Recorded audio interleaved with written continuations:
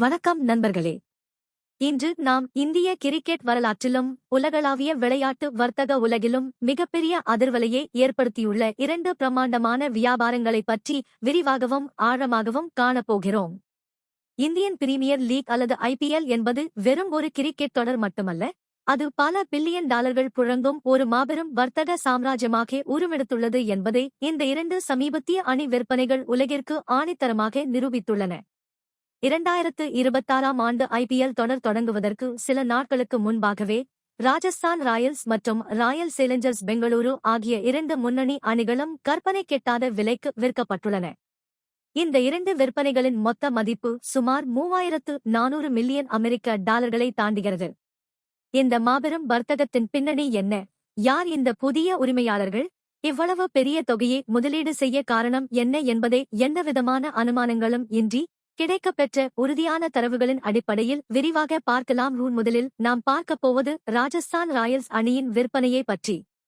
2008ஆம் ஆண்டு IPL தொடங்கப்பட்டபோது மிக குறைந்த விலைக்கு, அதாவது 67 மில்லியன் டாலர்களுக்கு வாங்கப்பட்ட அணிதான் ராஜஸ்தான் ராயல்ஸ். ஆனால் இன்று அந்த அணி 1.63 பில்லியன் அமெரிக்க டாலர்கள், அதாவது சுமார் 13,000 கோடி ரூபாய்க்கும் மேல் விலை போய் வரலாற்று சாதனை படைத்துள்ளது.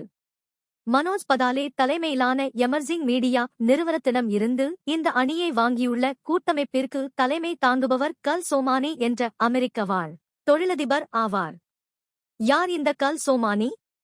இவர் அமெரிக்காவின் அரிசோனா மாகாணத்தில் உள்ள ஸ்காட்ஸ்டேல் என்ற இடத்தை சேர்ந்தவர். இவர் ஒரு புகழ்பெற்ற தொழில்நுட்ப தொழில் முனைவோர் ஆவார். கல்வி, தொழில்நுட்பம், செயற்கை நுண்ணறிவு மேலாண்மை, தரவு, தனியுரிமை மற்றும் விளையாட்டு தொழில்நுட்பம் ஆகிய துறைகளில் 15 ஆண்டுகளுக்கும் மேலான அனுபவம் கொண்டவர். இந்திரா எச், ட்ரூயோ AI மற்றும் அகாடமியன் போன்ற பல சர்வதேச நிறுவனங்களை நிறுவியவர் கல் சோமானி. இவர் ஏற்கனவே மோட்டார் சிட்டி கோல்ஃப் கிளப் என்ற அமைப்பின் இணை உரிமையாளராகவும் உள்ளார். மேலும் டைகர் உட்ஸ் போன்ற கோல்ஃப் ஜாம்பவான்கள் தொடர்புடைய விளையாட்டு நிறுவனங்களிலும் இவர் முதலீடு செய்துள்ளார். கல் சோமானி ஏற்கனவே ராஜஸ்தான் ராயல்ஸ் அணியில் ஒரு சிறிய அளவிலான பங்குகளை வைத்திருந்தார் என்பது குறிப்பிடத்தக்கது. தற்போது கல் சோமானி தலைமையிலான இந்த புதிய கூட்டமைப்பில் உலக புகழ்பெற்ற வால்மார்ட் நிறுவன குடும்பத்தை சேர்ந்த அமெரிக்க தொழிலதிபர் ராப் வால்டன் மற்றும் ஃபோர்டு மோட்டார் கம்பெனி தொடர்புடைய ஹாம்பா குடும்பத்தினரும் முக்கிய முதலீட்டாளர்களாக இணைந்துள்ளனர்.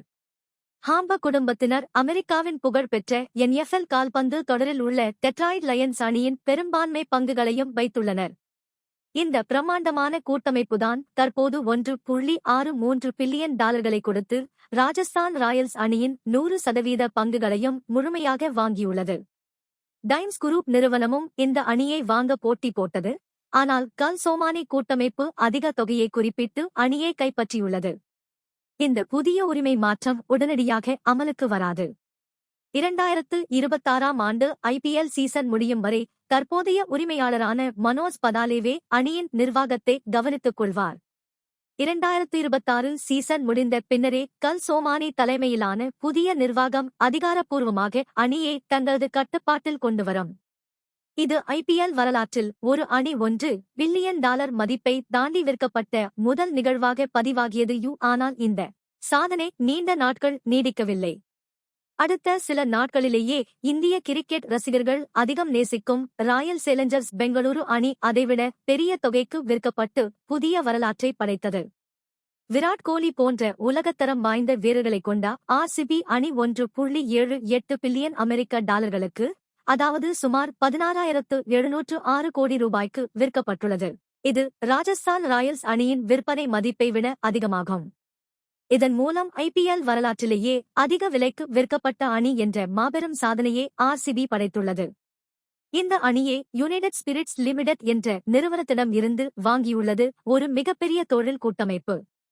இந்த கூட்டமைப்பில் இந்தியாவின் முன்னணி தொழில் நிறுவனமான ஆதித்ய பிர்லா குரூப், இந்தியாவின் மிகப்பெரிய ஊடக நிறுவனமான டைம்ஸ் ஆஃப் இந்தியா குரூப், அமெரிக்காவை சேர்ந்த பிரபல முதலீட்டாளர் டேவிட் பிளிச்சரின் போல்ட் வெஞ்சர்ஸ் மற்றும் உலகின் மிகப்பெரிய தனியார் முதலீட்டு நிறுவனங்களில் ஒன்றான பிளாக்ஸ்டோன் ஆகிய 4 பெரும் நிறுவனங்கள் இணைந்துள்ளன. RCB அணியின் முந்தைய உரிமையாளரான யுனைடெட் ஸ்பிரிட்ஸ் லிமிடெட் நிறுவனம் இங்கிலாந்தை சேர்ந்த டியாஜியோ என்ற பன்னாட்டு நிறுவனத்தின் துணை நிறுவனமாகும். 2008ஆம் ஆண்டு விஜய் மல்லையா தலைமையிலான யுனைடெட் ஸ்பிரிட்ஸ் நிறுவனம் வெறும் $111.6 மில்லியன் இந்த அணியை வாங்கியது. பின்னர் மல்லையா வெளியேறிய பிறகு டியாஜியோ நிறுவனம் இந்த அணியின் கட்டுப்பாட்டை ஏற்றது. தங்களது முக்கிய வணிகமான மதுபான உற்பத்தியில் மட்டுமே முழு கவனம் செலுத்த விரும்புவதாகவும், விளையாட்டுத்துறை தங்களது முக்கிய வணிக திட்டத்தில் இல்லை என்பதாலும் ஆர்சிபி அணியை விற்க டியாஜியோ நிறுவனம் முடிவு செய்தது.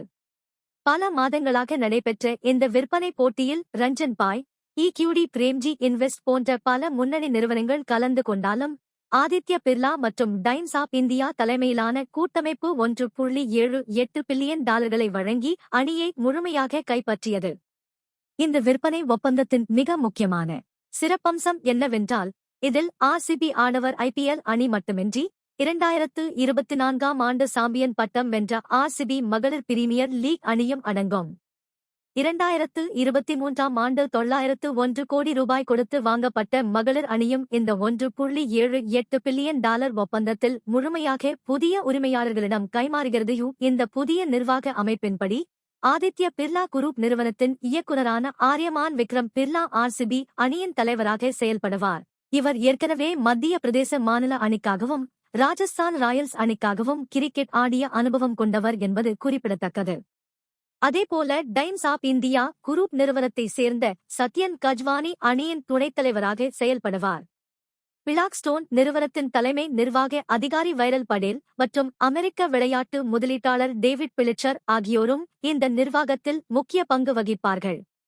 டேவிட் பிளிச்சர் ஏற்கனவே NBA கூடைப்பந்து தொடரில் பிலடெல்பியா 76ers, இங்கிலீஷ் பிரீமியர் லீக்கில் கிறிஸ்டல் பேலஸ் போன்ற பல சர்வதேச விளையாட்டு அணிகளில் முதலீடு செய்துள்ள அனுபவம் வாய்ந்தவர்.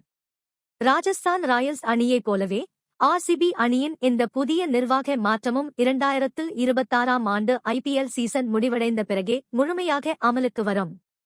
இந்திய கிரிக்கெட் கட்டுப்பாட்டு வாரியமான பிசிசிஐ மற்றும் இந்திய போட்டி ஆணையம் ஆகிய அமைப்புகளின் முறையான ஒப்புதலுக்கு பிறகே இந்த ஒப்பந்தம் முழுமையடையும். இந்த இரண்டு பிரமாண்டமான வர்த்தகங்களும் உலக விளையாட்டு சந்தையில் ஐபிஎல் தொடரின் மதிப்பை பல மடங்கு உயர்த்தியுள்ளன. 2008ஆம் ஆண்டு சில மில்லியன் டாலர்களில் தொடங்கிய அணிகளின் மதிப்பு இன்று பில்லியன் டாலர்களை தொட்டுள்ளது சாதாரண விஷயமல்ல. ஐபிஎல் தொடரின் ஊடக ஒளிபரப்பு உரிமைகள் பல ஆயிரம் கோடிகளுக்கு விற்கப்படுவது, உலகளாவிய பார்வையாளர்களின் எண்ணிக்கை மற்றும் ஸ்பான்சர்ஷிப் மூலம் கிடைக்கும் நிலையான வருமானம் ஆகியவைதான் உலகெங்கிலும் உள்ள பெரும் முதலீட்டாளர்களை ஐபிஎல் நோக்கி ஈர்க்கின்றன. அமெரிக்காவின் NFL, NBA போன்ற தொடர்களுக்கு இணையாக ஐபிஎல் தொடர் வேகமாக வளர்ந்து வருவதையே கல் சோமானி, பிளாக்ஸ்டோன், வால்மார்ட் குடும்பத்தினர் போன்ற வெளிநாட்டு நிறுவனங்களின் முதலீடுகள் காட்டுகின்றன. ஆதித்ய பிர்லா குழுமத்தின் தலைவர் குமார் மங்கலம் பிர்லா கூறியது போல, கடந்த 2 தசாப்தங்களில் ஐபிஎல் ஒரு உலகளாவிய விளையாட்டு சக்தியாக உருவெடுத்துள்ளது. ஆர்சிபி மற்றும் ராஜஸ்தான் ராயல்ஸ் அணிகளின் இந்த வரலாற்று சிறப்புமிக்க உரிமை மாற்றம் வருங்காலத்தில் இந்திய விளையாட்டுத் துறைக்கு மேலும் பல பிரமாண்டமான முதலீடுகளை கொண்டுவரும் என்பதில் எந்த சந்தேகமும் இல்லை.